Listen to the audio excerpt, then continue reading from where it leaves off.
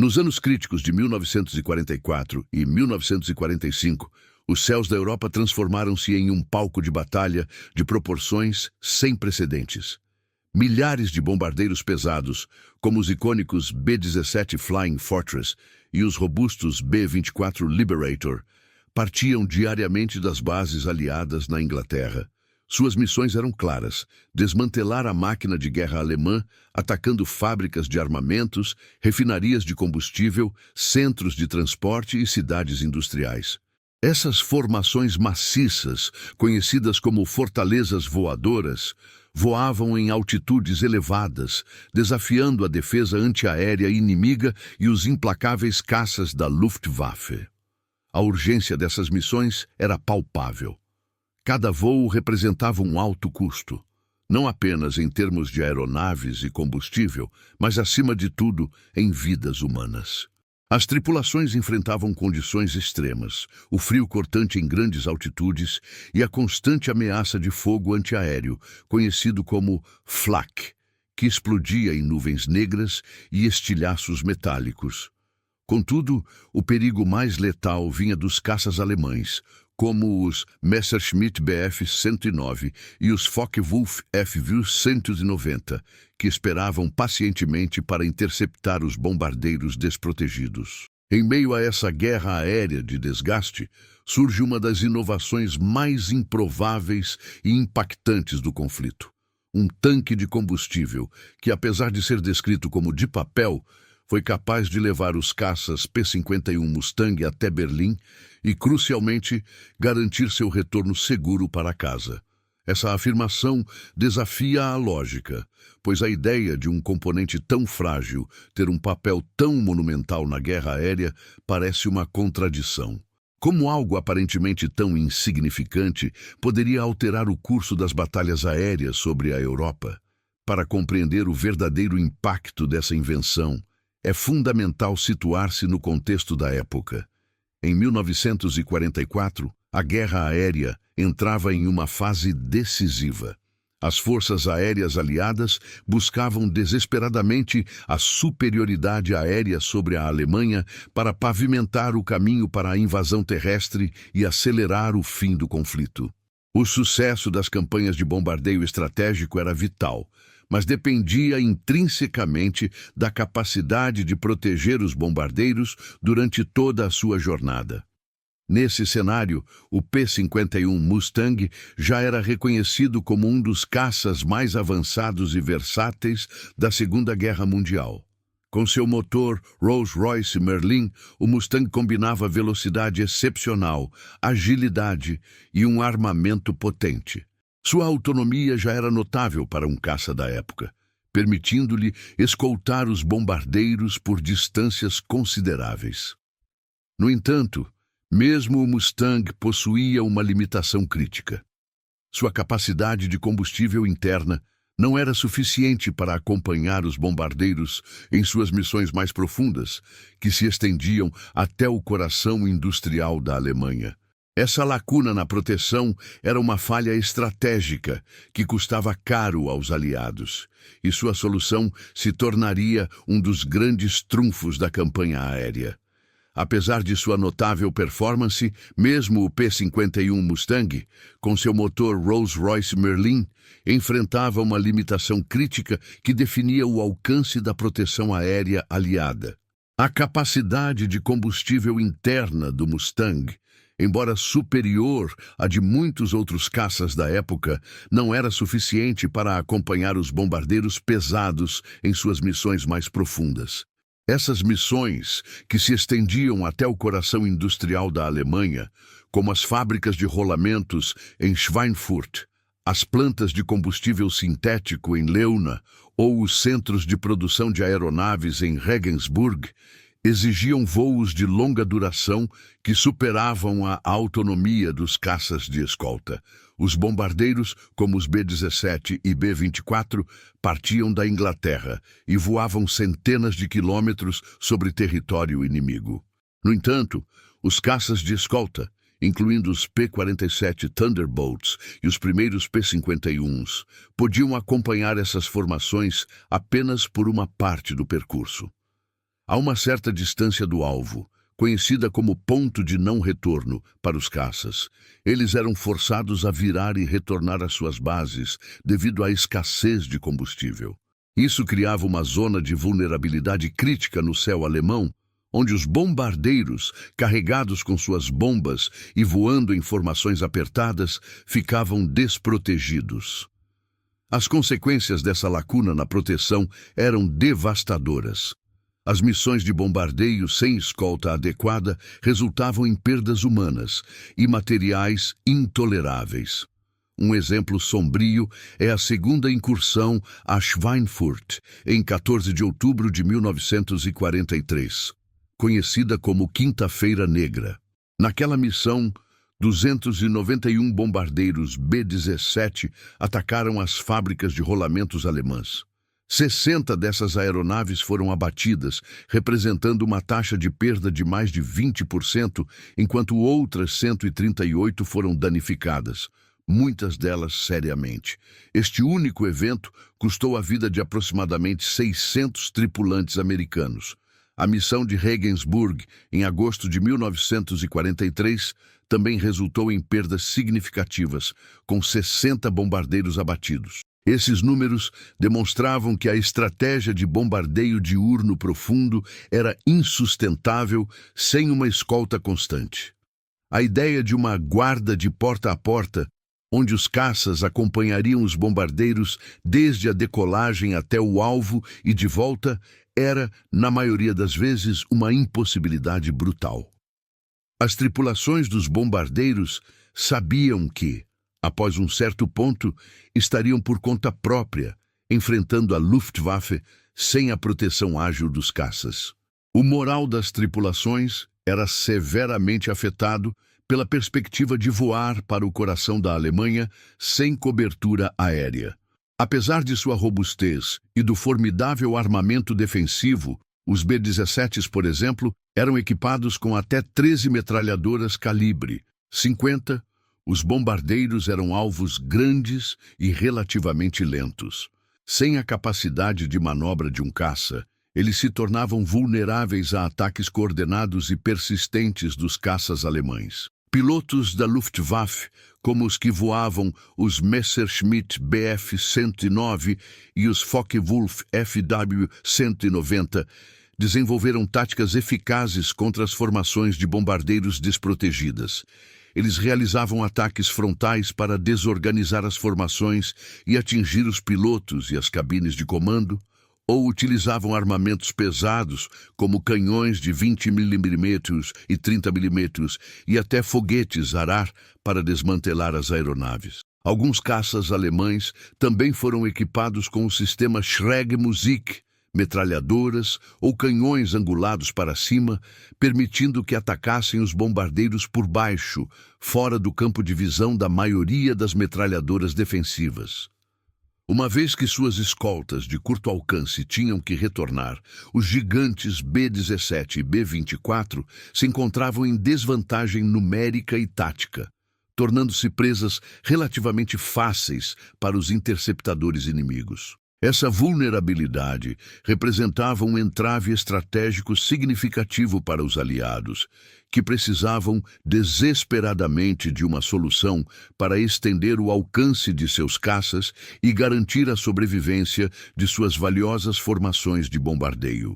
Diante do cenário de perdas alarmantes e da limitação crítica de alcance dos caças de escolta, os estrategistas e engenheiros aliados enfrentavam um dilema urgente: como estender a autonomia dos caças sem comprometer sua performance intrínseca em combate? A resposta a essa questão era vital para o sucesso da campanha de bombardeio estratégico e, consequentemente, para o desfecho da guerra na Europa. As opções iniciais eram limitadas e complexas. Aumentar a capacidade interna de combustível dos caças existentes implicaria em redesenhos estruturais significativos, o que levaria tempo e recursos que os aliados não possuíam em meio ao conflito. Além disso, mais combustível significava mais peso, o que inevitavelmente degradaria a velocidade e a agilidade da aeronave, transformando um caça ágil em um alvo mais lento e menos manobrável. A ideia de reabastecimento aéreo, embora já concebida, era tecnologicamente prematura e impraticável para operações de combate em larga escala na época. A busca por uma solução eficaz levou ao ressurgimento e aperfeiçoamento de um conceito que, embora não totalmente novo, se mostraria revolucionário em sua aplicação. Os tanques descartáveis leves, mais conhecidos como drop tanks, ou tanques externos de combustível. A genialidade dessa inovação residia em sua simplicidade e funcionalidade. A solução não era meramente adicionar mais combustível à aeronave, mas fazê-lo de uma forma que permitisse a ejeção do tanque após o consumo do seu conteúdo.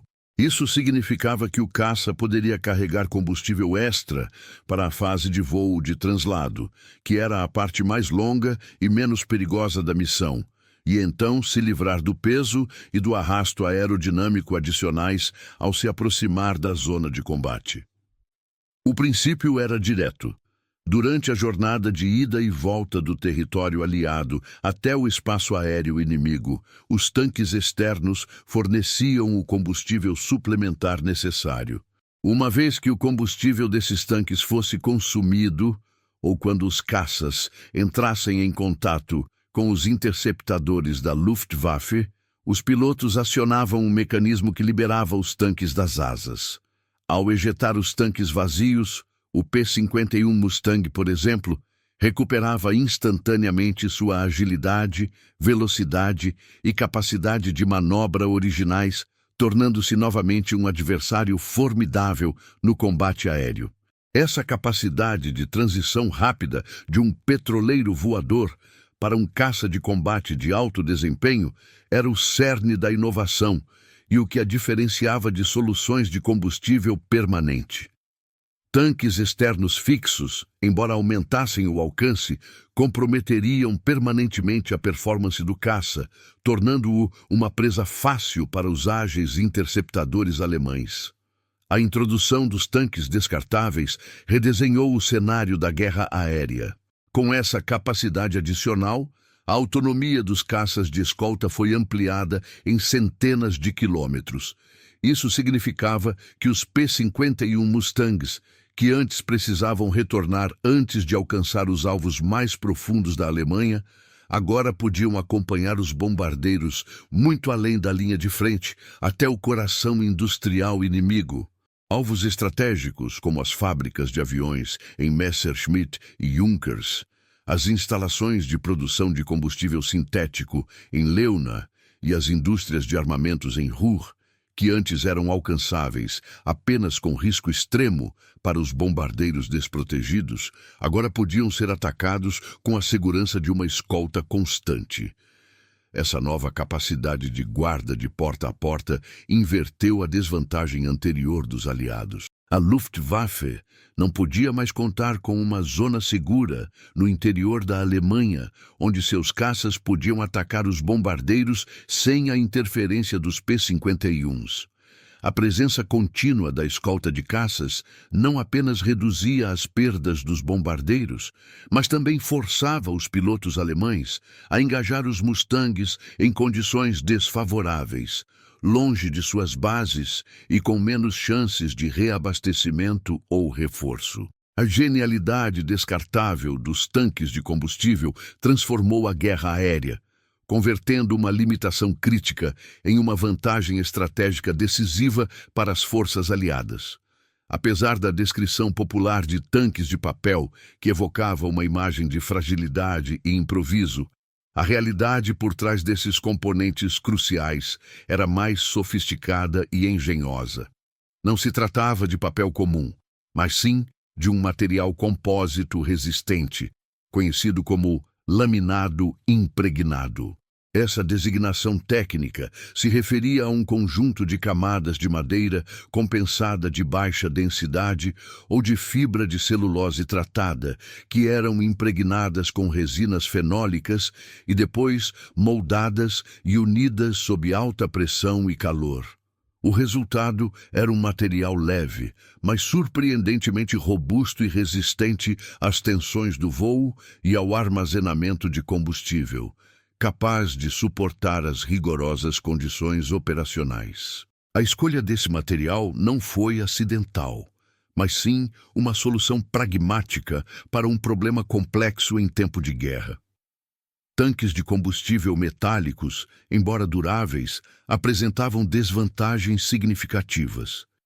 Eles eram mais pesados, exigiam o uso de metais estratégicos como o alumínio, que já estava em alta demanda para a produção de aeronaves, e eram mais caros e demorados para fabricar. A produção em massa de tanques metálicos descartáveis seria um desperdício de recursos valiosos e uma sobrecarga para a capacidade industrial aliada. Em contraste, o laminado impregnado podia ser produzido de forma mais rápida e econômica, utilizando materiais abundantes e processos de fabricação simplificados, o que era essencial para a escala das operações. A engenharia por trás desses tanques era um exemplo de eficácia simplificada. As camadas de madeira ou fibra eram cortadas e moldadas em duas metades, que eram então seladas e unidas para formar o corpo oco do tanque. Revestimentos internos especiais garantiam a estanqueidade e a compatibilidade com o combustível de aviação, prevenindo vazamentos e corrosão. O design aerodinâmico dos tanques era cuidadosamente estudado para minimizar o arrasto durante o voo, embora o peso e a forma ainda afetassem a performance do caça. No entanto, a principal característica era a sua capacidade de ser descartado após o uso, tornando o impacto na agilidade do avião temporário e reversível. Isso era crucial, pois um caça com tanques externos permanentes teria sua performance comprometida durante todo o voo. As vantagens dessa inovação eram múltiplas e estratégicas. Primeiramente, a praticidade e o custo-benefício eram inegáveis. A produção em massa desses tanques era viável, permitindo que milhões deles fossem fabricados e distribuídos para as bases aéreas aliadas na Europa.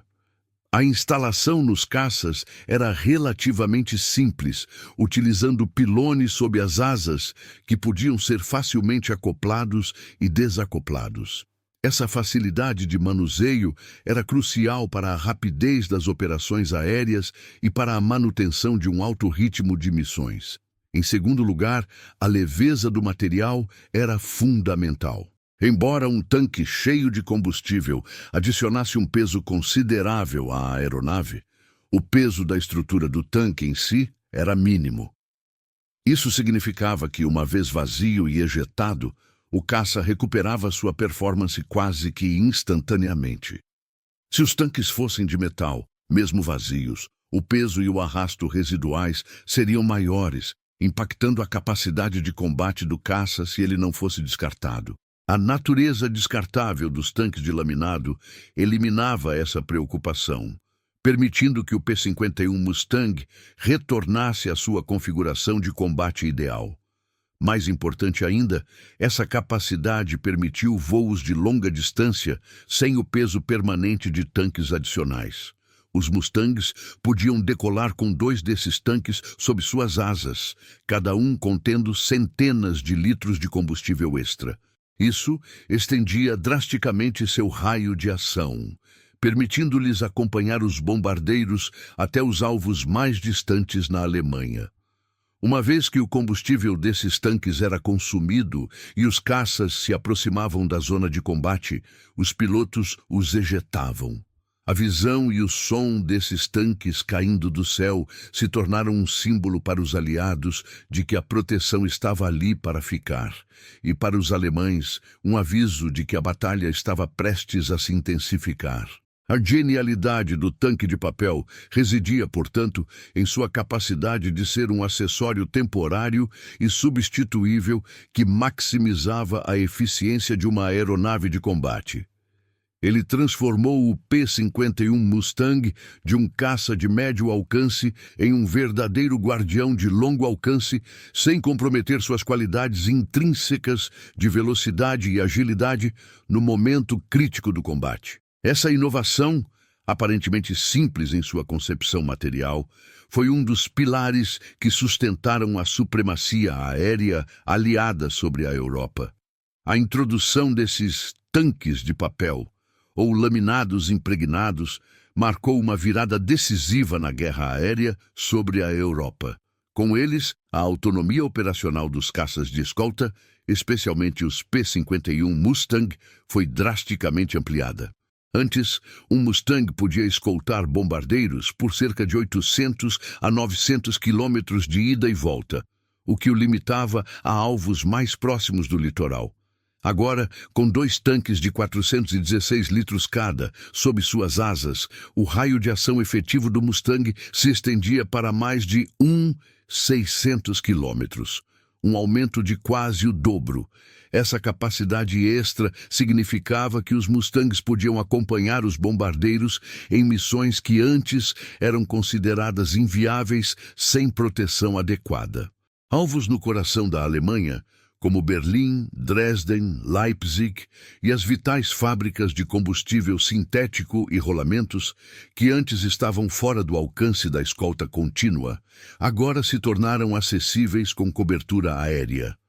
Essa nova realidade de alcance transformou fundamentalmente a natureza das missões de bombardeio estratégico. Pela primeira vez, os B-17 Flying Fortress e os B-24 Liberator chegavam aos seus alvos no interior da Alemanha com uma guarda constante, uma guarda de porta a porta. Esse conceito, antes uma aspiração inatingível, significava que os caças de escolta não mais abandonavam os bombardeiros em um ponto predeterminado do percurso. Eles os acompanhavam desde a decolagem, através do Canal da Mancha, sobre a França ocupada e o território alemão, até o momento do ataque ao alvo e, crucialmente, durante a perigosa jornada de retorno. A diferença era abismal. Antes, os bombardeiros enfrentavam os caças da Luftwaffe sozinhos na fase mais crítica da missão, quando já haviam consumido grande parte de seu combustível e estavam mais vulneráveis. Agora, a presença dos Mustangs era uma constante, oferecendo uma camada vital de proteção contra os interceptadores alemães em todas as fases da missão. Para as tripulações dos bombardeiros, essa mudança representou um impacto psicológico imenso e imediato. A perspectiva de voar para o interior da Alemanha sem escolta era uma fonte constante de ansiedade e temor. As estatísticas de perdas em missões anteriores sem proteção adequada eram um lembrete sombrio da vulnerabilidade dos bombardeiros. Com a introdução dos tanques descartáveis e a consequente escolta de longo alcance, o moral das tripulações de bombardeiros disparou. Saber que os ágeis e potentes Mustangs estariam ao seu lado, prontos para engajar qualquer caça inimigo por toda a jornada, desde a decolagem até o retorno à base, proporcionava uma sensação de segurança sem precedentes. Essa confiança renovada permitia que as tripulações se concentrassem em suas tarefas de navegação, bombardeio e defesa, em vez de se preocuparem constantemente com a ameaça iminente de ataques desprotegidos. Do lado alemão, o efeito foi o oposto, um desânimo crescente e uma mudança drástica nas táticas de defesa. Os pilotos da Luftwaffe, acostumados a operar em zonas seguras no interior do território alemão, onde podiam atacar os bombardeiros sem a interferência dos caças aliados, viram essa vantagem desaparecer. A presença persistente dos Mustangs, até mesmo sobre Berlim, desorganizou suas estratégias de interceptação. Eles não podiam mais esperar para atacar os bombardeiros quando estes estivessem desprotegidos. Agora, cada engajamento contra os bombardeiros significava enfrentar os formidáveis P-51s, que eram superiores em muitos aspectos aos caças alemães no final da guerra, especialmente em termos de alcance e, muitas vezes, em superioridade numérica. Essa nova dinâmica forçou a Luftwaffe a combater os Mustangs em condições desfavoráveis, longe de suas bases, com menos combustível e com menos chances de reforço. A superioridade numérica e tecnológica dos aliados, agora complementada pela capacidade de sustentação de longo alcance, começou a esmagar a força de caças alemã. A guarda de porta a porta não era apenas uma proteção para os bombardeiros. Era uma ferramenta estratégica que desmantelava a defesa aérea alemã, forçando-a a combater em termos ditados pelos aliados e pavimentando o caminho para a supremacia aérea completa nos céus da Europa. A simples adição de um tanque de combustível descartável havia reescrito as regras do combate aéreo, transformando a vulnerabilidade em uma vantagem decisiva. O momento da ejeção dos tanques descartáveis era uma parte crítica e rotineira das missões de escolta de longo alcance. Após horas de voo sobre o território inimigo, com os bombardeiros se aproximando de seus alvos estratégicos, o combustível contido nesses tanques externos era consumido. Era o sinal para os pilotos de P-51 Mustang de que a fase de translado estava completa e a aeronave precisava se preparar para o combate iminente. A cena sensorial desse descarte era marcante. Ao acionar o mecanismo de liberação, geralmente uma alavanca ou botão no cockpit, os pilotos sentiam um leve solavanco na aeronave. Os tanques, projetados para se desprender rapidamente, vibravam por um instante antes de se soltarem das asas. Em seguida, caíam em queda livre, girando e tombando enquanto desciam milhares de metros em direção ao solo alemão. Não era incomum que, se ainda restasse algum resíduo de combustível, eles explodissem em pequenas chamas ao atingir o solo ou simplesmente se estilhaçassem, deixando fragmentos espalhados pela paisagem.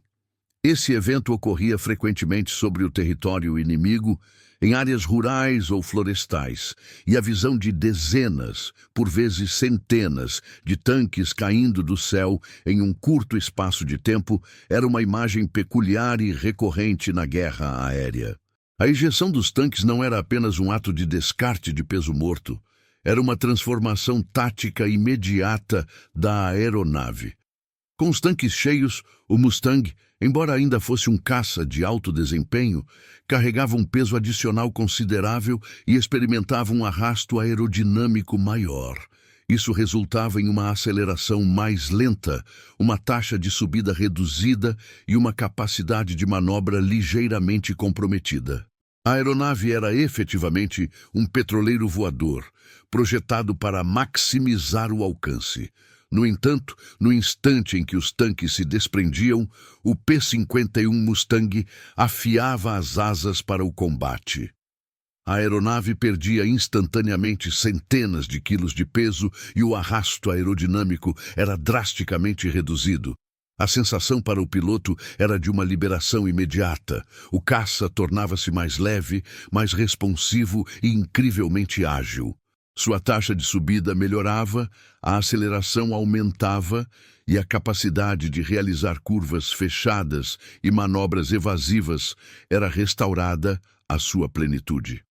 O Mustang, que havia voado como um guardião de longo alcance, agora se transformava em um predador ágil e mortal, pronto para engajar qualquer interceptador inimigo que ousasse atacar os bombardeiros. Essa transição era crucial para a sobrevivência das formações de bombardeio. Os caças alemães, como os Messerschmitt Bf-109 e os Focke-Wulf FW-190, eram projetados para agilidade e poder de fogo em combate aéreo. Enfrentar essas aeronaves com tanques externos seria uma desvantagem significativa para o Mustang. Ao ejetá-los, o P-51 recuperava sua superioridade em termos de velocidade, agilidade e desempenho em combate aéreo, permitindo aos pilotos aliados enfrentar os interceptadores da Luftwaffe em termos mais favoráveis. O objetivo era claro: proteger os bombardeiros a todo custo, e a ejeção dos tanques era o passo final na preparação para essa defesa ativa. Além do impacto operacional direto, o descarte dos tanques de combustível carregava um significado estratégico e psicológico para ambos os lados do conflito. Para os observadores em solo alemão, e mais importante, para os pilotos da Luftwaffe que patrulhavam os céus, a visão dos tanques caindo era um sinal inequívoco. Não se tratava apenas de detritos, era um alerta visível de que a escolta aliada havia chegado e estava ali para ficar. Significava que os Mustangs haviam acompanhado os bombardeiros até o coração da Alemanha e que não iriam retornar antes que a missão fosse cumprida. Este era um aviso direto, a zona segura no interior do território alemão, onde os bombardeiros podiam ser atacados sem a interferência dos caças aliados, havia desaparecido. A presença dos tanques descartados confirmava a capacidade de longo alcance dos P-51s e indicava que a batalha aérea estava prestes a começar e que seria travada em termos ditados pelos aliados. Para os pilotos alemães, isso significava que qualquer tentativa de interceptar os bombardeiros os colocaria em confronto direto com caças Mustang em sua plena capacidade de combate, sem o arrasto ou o peso dos tanques de combustível. A sinfonia de descarte e combate era, portanto, uma sequência de eventos cuidadosamente orquestrada. O som dos tanques se desprendendo, seguido pelo rugido dos motores Merlin, enquanto os Mustangs se posicionavam para o ataque ou a defesa, anunciava a intensificação da guerra aérea. Os pilotos aliados, agora mais leves e ágeis, manobravam para engajar os caças inimigos, limpando o caminho para os bombardeiros completarem suas missões. A queda dos tanques de papel era o prelúdio para o combate, um lembrete físico da persistência e do alcance da força aérea aliada, e um presságio da superioridade que estava sendo estabelecida nos céus da Europa. A introdução generalizada dos tanques de combustível descartáveis marcou uma virada decisiva na guerra aérea sobre a Europa, com a consequência mais imediata e vital sendo a drástica redução nas perdas de bombardeiros aliados. Antes de 1944, missões de bombardeio profundo no território alemão frequentemente resultavam em taxas de perdas insustentáveis. Exemplos como a segunda incursão a Schweinfurt, em outubro de 1943, onde mais de 20% dos B-17 foram abatidos, ilustravam a vulnerabilidade das formações sem escolta de longo alcance. Com a escolta contínua dos P-51 Mustangs, equipados com esses tanques, essas estatísticas foram transformadas. A partir da primavera de 1944, a taxa de perdas de bombardeiros caiu significativamente, estabilizando-se em torno de 3% a 5% por missão, e em algumas operações, ainda menos. Essa diminuição não foi acidental. Foi o resultado direto da capacidade dos caças de escolta de permanecerem com os bombardeiros durante toda a jornada, repelindo os interceptadores da Luftwaffe antes que pudessem causar danos catastróficos. A sobrevivência das tripulações e aeronaves aumentou exponencialmente, permitindo que as forças aéreas aliadas mantivessem o ritmo e a intensidade de suas campanhas de bombardeio. A capacidade de bombardear alvos mais profundos e críticos na Alemanha, com perdas significativamente menores, aumentou a pressão estratégica sobre o Terceiro Reich a níveis sem precedentes. Anteriormente, certas regiões e indústrias no leste e sul da Alemanha eram consideradas relativamente seguras devido à distância e à limitação do alcance dos caças aliados. Com os Mustangs agora capazes de escoltar os bombardeiros até Berlim, Leipzig, Dresden e outras cidades industriais e centros de produção estratégicos, Nenhuma parte do território alemão estava a salvo. As fábricas de aviões, as instalações de produção de combustível sintético, as fábricas de borracha, os centros de transporte ferroviário e as cidades industriais alemãs estavam sob ameaça constante e ininterrupta. Isso forçou a Alemanha a desviar recursos vitais do fronte de batalha para a defesa aérea doméstica. Caças, pilotos experientes, combustível e artilharia antiaérea, que poderiam ser usados para combater as forças aliadas no leste e oeste, foram retidos para proteger o território nacional. Essa pressão contínua desorganizou a produção de guerra alemã, interrompeu as cadeias de suprimentos e minou a moral da população e da liderança alemã, que via seus céus serem dominados pelos aliados. A introdução dos tanques descartáveis foi fundamental para garantir a superioridade aérea aliada nos céus da Europa, um objetivo estratégico primordial. Os P-51 Mustangs, com seu alcance estendido, transformaram-se não apenas em escoltas, mas em caçadores implacáveis. Eles podiam agora penetrar fundo no espaço aéreo alemão e engajar os caças da Luftwaffe em seus próprios territórios, forçando combates que a Luftwaffe não podia mais evitar.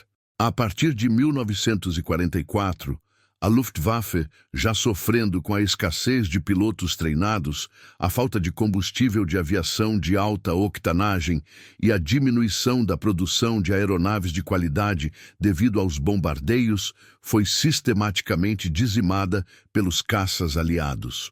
Os combates de atrito tornaram-se uma constante, e os pilotos alemães, muitos deles jovens e inexperientes, eram superados em número e, frequentemente, em tática pelos veteranos aliados.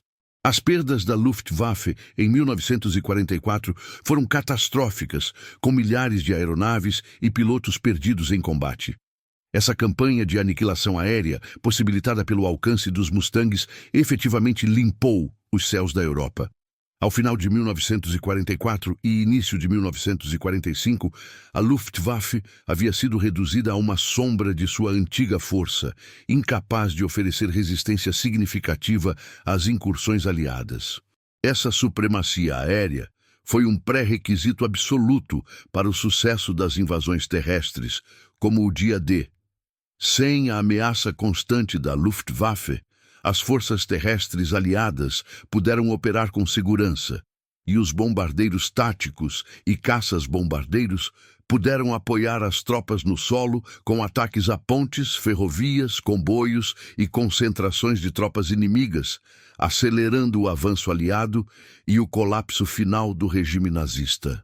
A humilde inovação do tanque de combustível descartável, portanto, não apenas salvou vidas e aeronaves, mas também foi um catalisador decisivo para a vitória aliada na Europa, redefinindo o equilíbrio de poder nos céus e no campo de batalha. O legado do tanque de papel transcende sua aparente simplicidade. Este acessório humilde, feito de laminado impregnado e projetado para ser descartado, redesenhou fundamentalmente o mapa do alcance americano e, por extensão, o curso da guerra aérea sobre a Europa. Sua inovação permitiu que os caças P-51 Mustang estendessem sua escolta a centenas de quilômetros além dos limites anteriores, transformando missões de bombardeio de alto risco em operações com proteção contínua. A capacidade de penetrar profundamente no território inimigo com uma guarda de caças constante não apenas salvou milhares de vidas de tripulantes e aeronaves, mas também desmantelou a defesa aérea alemã, garantindo a superioridade aérea aliada e acelerando o colapso do Terceiro Reich. Uma solução de engenharia aparentemente menor teve um impacto estratégico e geopolítico massivo, demonstrando que a simplicidade, quando aplicada com inteligência, pode ser a mais potente das armas. A genialidade por trás do conceito dos tanques de combustível descartáveis é atestada por sua persistência na aviação militar moderna. Décadas após a Segunda Guerra Mundial, drop tanks, continuam a ser um componente padrão em uma vasta gama de aeronaves de combate e transporte.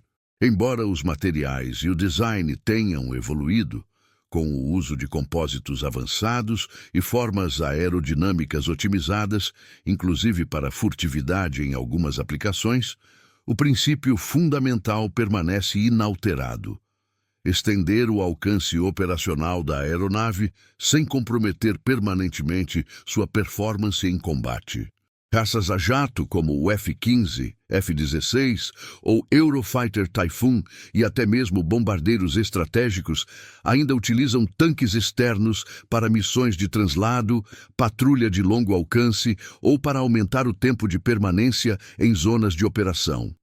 Essa continuidade sublinha a eficácia atemporal de uma ideia que surgiu da necessidade premente de superar uma limitação crítica em tempos de guerra. Em Curiosidades da Guerra, a história do tanque de papel serve como um poderoso lembrete de que muitas vezes são os detalhes, as pequenas engenharias e as adaptações pragmáticas que verdadeiramente mudam o curso da história. Não foram apenas os grandes avanços tecnológicos ou as vastas campanhas militares que definiram o conflito, mas também a engenhosidade em encontrar soluções para problemas aparentemente intratáveis. Este tanque, que à primeira vista parecia frágil, transformou a vulnerabilidade dos bombardeiros em força e a limitação de alcance em uma vantagem decisiva. Ele ilustra como a inovação, mesmo em sua forma mais humilde, pode ser tão letal quanto a bala. E como a guerra é um teatro complexo, onde a inteligência e a adaptação podem ser os maiores catalisadores da vitória.